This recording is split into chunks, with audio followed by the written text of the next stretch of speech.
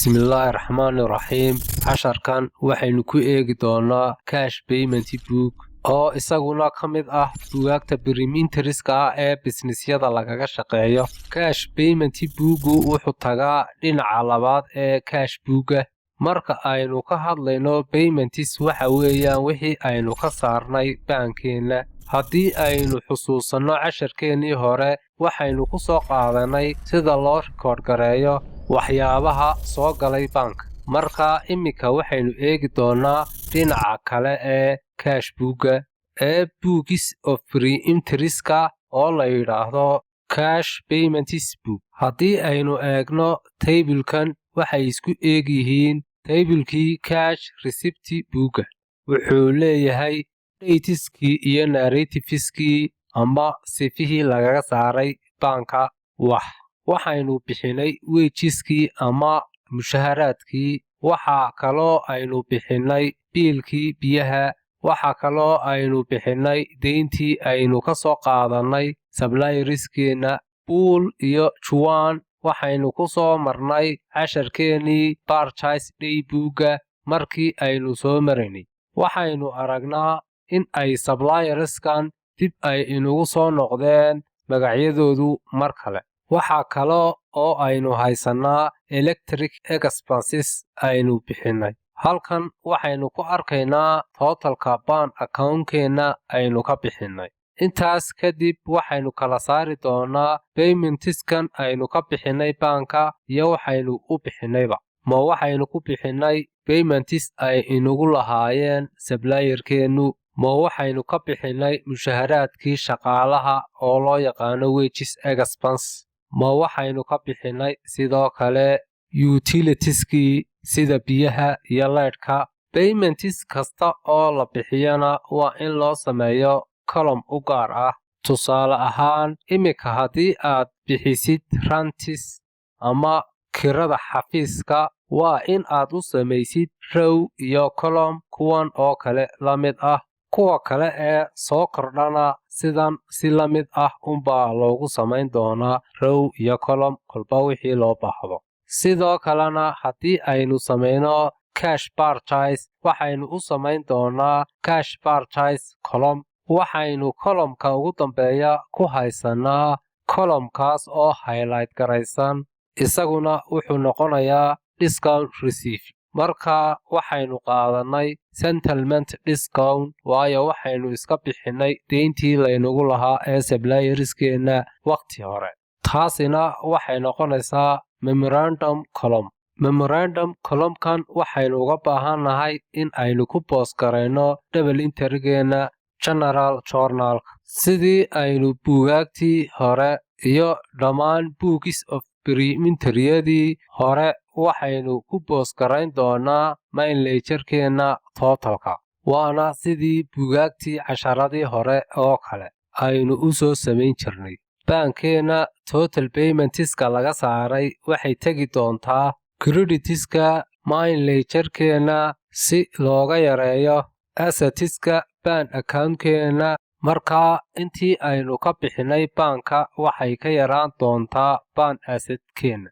Waxaynaynu ku post gareyn doonaa bank accountkeena halkii aynu ku post gareyn lahayn 5 credit account bankeena. Waxaynu hal post ku samayn doonaa dhammaan credit bankiskeena oo u taagan payables. Haddii aynu bixino payableska waxaa yaraan doontaa deyntii payablekeena ee laynagu lahaa inaga. Markaa waxaynu dhibid gareyn doonaa oo yaraanaysa payable controlka. Xusuusnaadana postinka totaliskuna waxay tegi doonaan control accountska main ledgerkeena. Hana ilaawina in aad sidoo kale ku post garayso individual debitska si aynu uga yareyno mid kastaba goonidiisa. Suppliers accountska ee subsidiary payableka.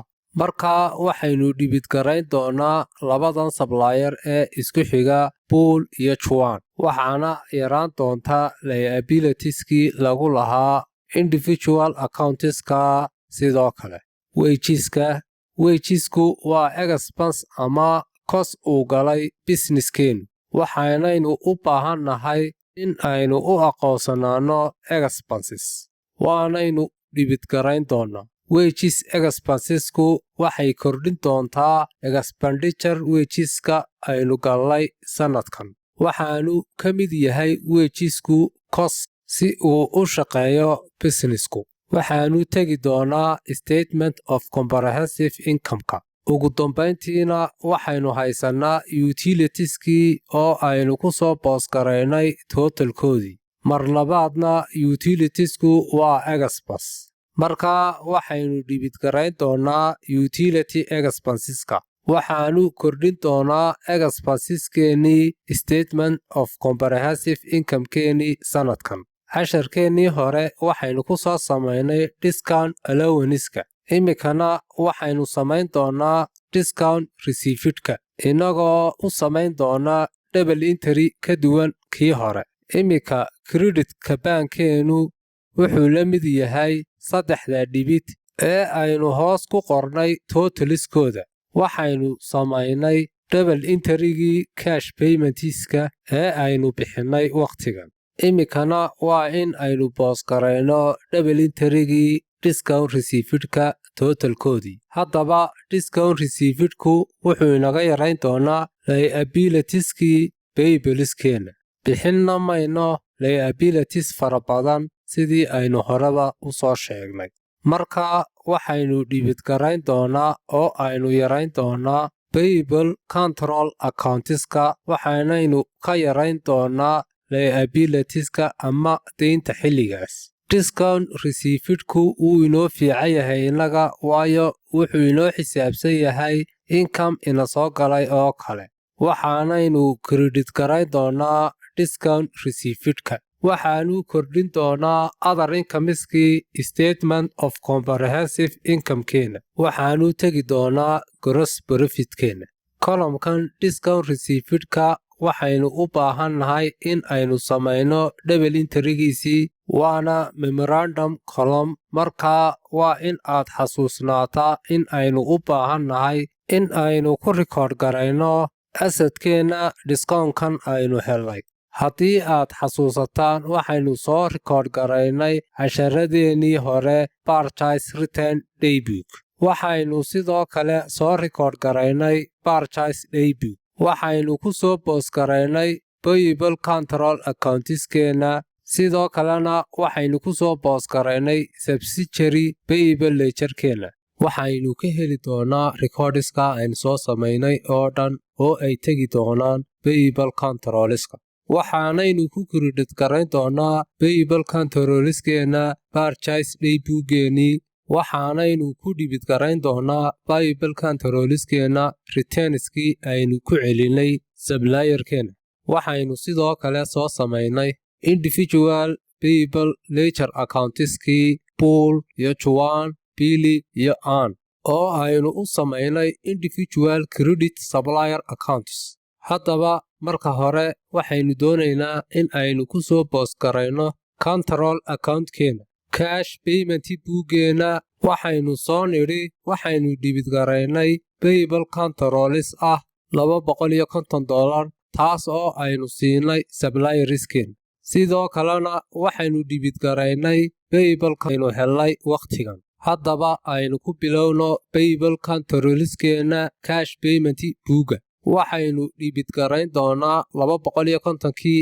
aynu bixinnay laakiin sidoo kalena waxaa la inoo sameeyey discount received oo ay inoo sameeyeen supplierskeennu taas oo iyana aynu dhibidgaraynay $20 iyo 25 senti markaa waxaynu samayn doonaa in aynu balanska account-kan ku boosgarayno books of pre-entry-geenna markaa credit side-keenna waxaa inoo yaalaa $730.25 oo sidoo kalena la mid noqonaysaa debit side-keenna markaa $345 waa closing balance-geenna taas oo noqon doontaa opening balance-ga laynaga doonayo in aynu siino supplierskeenna oo ah $345 markaa iminka waxaynu dhammaystirnay payable control account-keennii innaga oo soo samaynay balanskii control account-ka balanskaas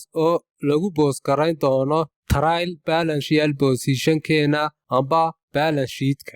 waxaynu sidoo kalena u sii kala jajabin doonaa dhibitiskan pool iyo juwan individual supplier accountiskoodii. amuuntiskii aynu iska bixinay ee aynu siinay iyo weliba discount receivedkii aynu ka helnay supplierskeena sidoo kale. marka aynu ku bilowno innaga oo tegi doona subsidiary ledgerka pool.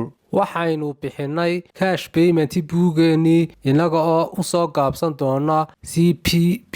pool waxaynu siinay $80. sidoo kalena waxaynu haysanaa discount received oo aynu u soo gaabsan doono discount received oo ah 6.25. si la mid ahna waxaynu u samayn doonaa juwan cash payment buugeeda $170. waxaynu sidoo kale ka helnay discount ay inoo samaysay oo dhan $14. iminka dhammaan waxaynu ku soo boosgaraynay books of prim interigii payables controlka iyo sidoo kale payable ledgerkeena. marka aynu balance garayno payables ledgerkeena, pool accountkiisa wax balance ah inaguma laha iminka. labada dhinacna waxaynu ku aragnaa 86.25 oo way isleegihiin. juwanna sidoo kale waa la mid. debit sideka iyo credit sideku waa isku mid. marka iminka wax lacag ah inaguma laha labada supplier. laakiinse Billy iyo Ann waxba kamaynan bixin cash payment buuga. marka Billy waxaa loo wareejin doonaa balance ah $57 iyo badh. balance book forwardka opening payable balance ku wuxuu tegi doonaa credit sideka $57 iyo badh. intaa kadib aynu eegno Anna $402 iyo badh marka laga jaro $115 waa $287 iyo badh ayuu noqon doonaa balance carry forwardka Ann. marka weli Ann waxay inagu leedahay sanadka soo socda $287 iyo badh. marka iminka waxaynu diyaarin doonaa liistiyada payable balanceka. sanadka dhammaadkiisa waxaynu double check ku samayn doonaa wixii aynu soo boosgaraynay in ay sax yihiin iyo in kale. waana qaab ka mid ah sida controlling lagu sameeyo accounting systemka. marka halkan waxaynu ku haysanaa supplier pool oo balancekiisu yahay eber. supplier juwanna isaguna balancekiisu waa eber oo waxba inaguma laha. supplierkeena Billy isagu balance ayuu inagu leeyahay oo ah $57 iyo badh oo loo soo wareejin doono bilowga sanadka dambe. supplier Anna waxay inagu leedahay $287 iyo badh. totalka listiska balancyada payableskani waa in ay la mid noqdaan balanceka control accountkeena yaala. totalkanina wuxuu noqday markaa $345. haddii aynu dib ugu noqonno control accountkeena waxaynu aragnaa in ay isku mid yihiin oo isaguna waa $345. iminka waxaynu ku samaynay reconciling waana ismaajgareeyeen. marka wax kastaba waa inoo sax. haddaba haddii aynu dib ugu noqonno mar kale diagramkeenii casharkeenii accounting systemka waxaynu iminka soo samaynay oo aynu reconciling ku soo samaynay subsidiary payable balancekeenii iyo payable control accountkeenii main ledgerkeena. marka iminka waxaa inoo hadhay books of prim interigii hal buug oo la yidhaahdo petty cash. waxaanaynu ku soo qaadan doonaa casharadeenna dambe insha Allah.